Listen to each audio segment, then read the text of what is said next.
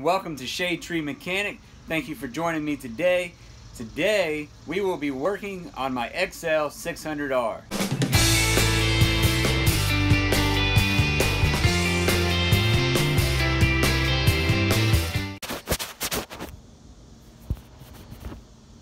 Now I did a little bit of work on my shed off camera. So here's my backdrop that I told you I wanted to put up.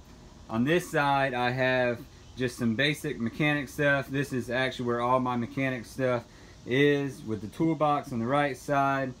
And on the left side here will be my leather working station. So I've got my granite top here. That's for stamping, doing leather tooling. Got my stuff hanging up. And here's my wheel that I do a little bit of burnishing for my leather, put some wax on that. And so I'm extremely happy with how all this turned out. It's very nice, very clean looking. And I've got my shelf up here. I've yet to mount my light underneath, but that's to come. Right now I have my nice little banker's lamp, and I think it's pretty cool. So anyway, it's coming together. It's looking nice. I'm happy with it. The most important thing is, I believe today, as we're working on the XL600, we might be able to get this thing inside and work under the coolness of this fan. So I'm excited about that. But let's get right into it. I've got some parts in, brake lines for the XL600, and so I've been holding off for you guys. Let's check out what we've got. So this is what we've been waiting for. Get cut into it. Okay, so here we go. And it certainly appears like it came with everything that I removed, and so that's awesome. The condition overall, I mean the external condition, looks exactly like mine. This hose that I was really needing replaced actually looks a little bit dry right on the outside and cracked, but it's the inside that counts. So the inside, just looking at these ports, they look a lot cleaner. You can't tell, but they look a lot cleaner than mine did. And so, well, there's one very easy way to check.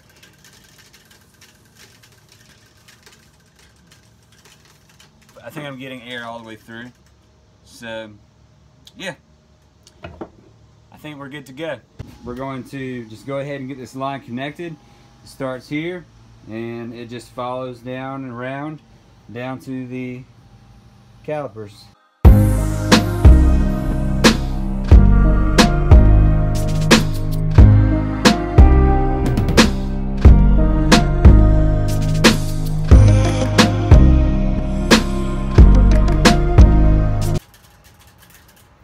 I assume it'll probably be a good thing to try and clean this out before I proceed any further.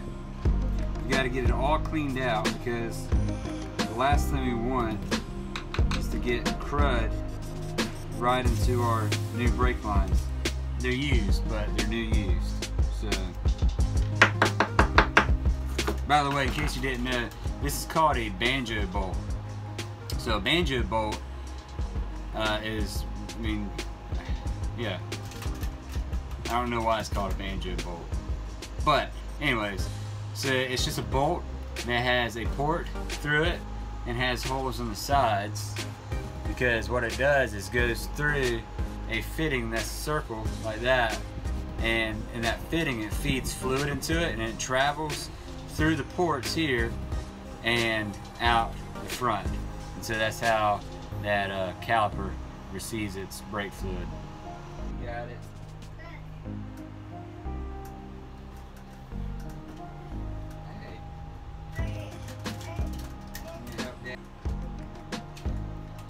Okay, so I decided to go ahead and pull the caliper off because I want to check out how dirty it is on the inside. I don't know what mess got on the inside of it, and actually looking down in it, looks like some did.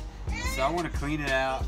I want to make sure that this is going to be a good working system before we put all the lines back together.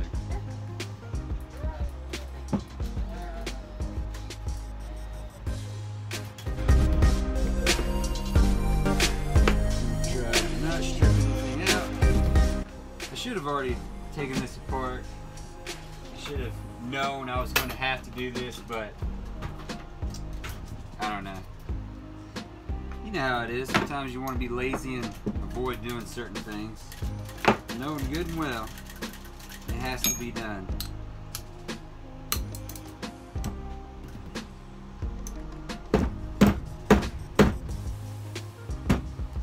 Don't try this method at home. You're only allowed to do this if you're a proper shade tree mechanic. Alright, can't tell if it worked or if I stripped something out. I think I just stripped something out. Like I said, if you're not certified, oh yeah, I stripped that out bad. Dang. Oh man. It's not good. And that is the only way to get those pads out of there, is you have to remove these two Allen bolts here. It's not really good lighting for you to see them in. You have to remove these two Allen bolts, and then these are able to slide out right there because they're just going straight through and holding them in place. These bolts going through the brake pads are definitely seized in there pretty good. So here's what I'm going to do. I am going to put some PB Blaster at the end and see if it can seep down into where the threads are. Now this stuff, it works fantastic for getting seized bolts loose. You just spray some at the end of it, let it seep down into the threads, and you're normally good to go. Sit time, it just kind of varies how bad your bolts are. But I'm just gonna get some shot in there and see what it does.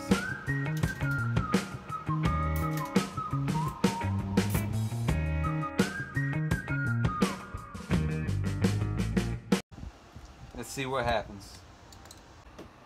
If this doesn't work, I really don't know what to do, because I want to open it up and make sure it's all clean. The only way to do that is I need to get these pads off. Because I got to make sure, these are the pucks under here. I don't know if you can see that. These pucks go up and down and move these pads closer together, and that's what breaks. And so I need to see if these pucks are seized or not, and I was wanting to get in there and compress them, move them around, but I can't do that unless I get these pads out of the way. And looking at them, it's not looking hopeful that they're going to be unseized. I think I'm just going to put it together and try to bleed it and see what happens. But first, we'll at least blow this out really good. Okay, so I have some really good news that gives me confidence in this. As I was blowing air into here, out of here to clean this out, my pucks were moving up and down. And so that is good. I'm gonna keep running a little bit of brake fluid through it, blowing it through just to clean out any nasty, rusty brake fluid. And once everything looks like it's starting to get cleaned out, I think I'll feel confident about putting this together and it working. Okay guys, so I did not get this brake job finished. I ran into a couple of problems. I had something that was messed up on the caliper. I didn't show it on video because, I mean, it just looked a lot like this. And that's not fun for anybody to watch. So, I've got the calipers put on the bike, right there, and I am in the process of bleeding it, trying to get all the brake fluid run down through the lines, but I can't finish right now because I've got to run to work. But we will pick up on this where we left off tomorrow. So I've got to get ready for work, go to work, sleep, wake up, and be back. And we'll be back in 3, 2, 1. Okay, welcome back. So I'm going to get this opened back up, start pumping my fluid through to try to get this thing bled. I've got to go somewhere this morning real quick, and so I'm going to go ahead and try to get this done real fast so we can wrap this project up.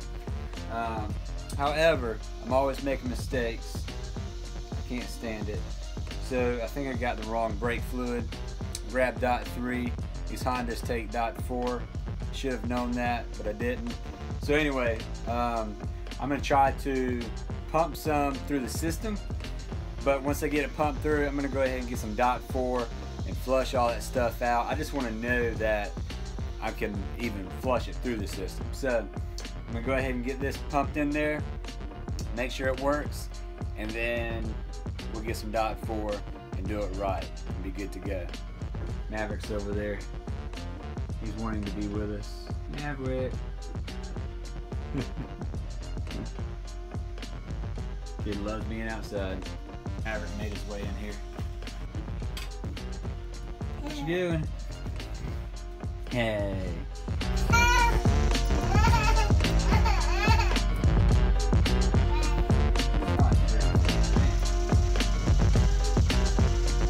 So I've been pumping on this thing for a little while, and I'm not getting anything to work. And so you see right there the little valve that's moving. I'm thinking that what may be going on is that there are O-rings supposed to go on that are worn out. There's no doubt that it's going to be messed up. And I knew it was going to be a far stretch to think that everything on this would work perfectly fine if I were to just bleed the system. So I'm going to end up having to get a rebuild kit for this master cylinder. And then this brake system should be perfectly good. It's a process. I figured it would be, but we're gonna get there eventually, and that's all right. So I'm gonna order what I need. We're gonna get back to it, and I'm not gonna be in a hurry for it. I was trying to hurry up and get this thing done so I can start riding it, but I'm just gonna take my time, be patient, order the parts that I need, do everything right, and we'll be on our way. But that's going to be it for today. Thanks for joining me. Thanks for watching Shade Tree Mechanic. If you like what you see, if you want to join me on my projects that I do, then please subscribe. And also, please make sure that you hit the like button on every video that you watch. It helps me out. Just hit that like, so thumbs up underneath the video. And also subscribe. But again, thank you so much for watching. It's you guys that helps my channel out, so I really do appreciate that. But have a blessed day, and we'll see you next time. Take care.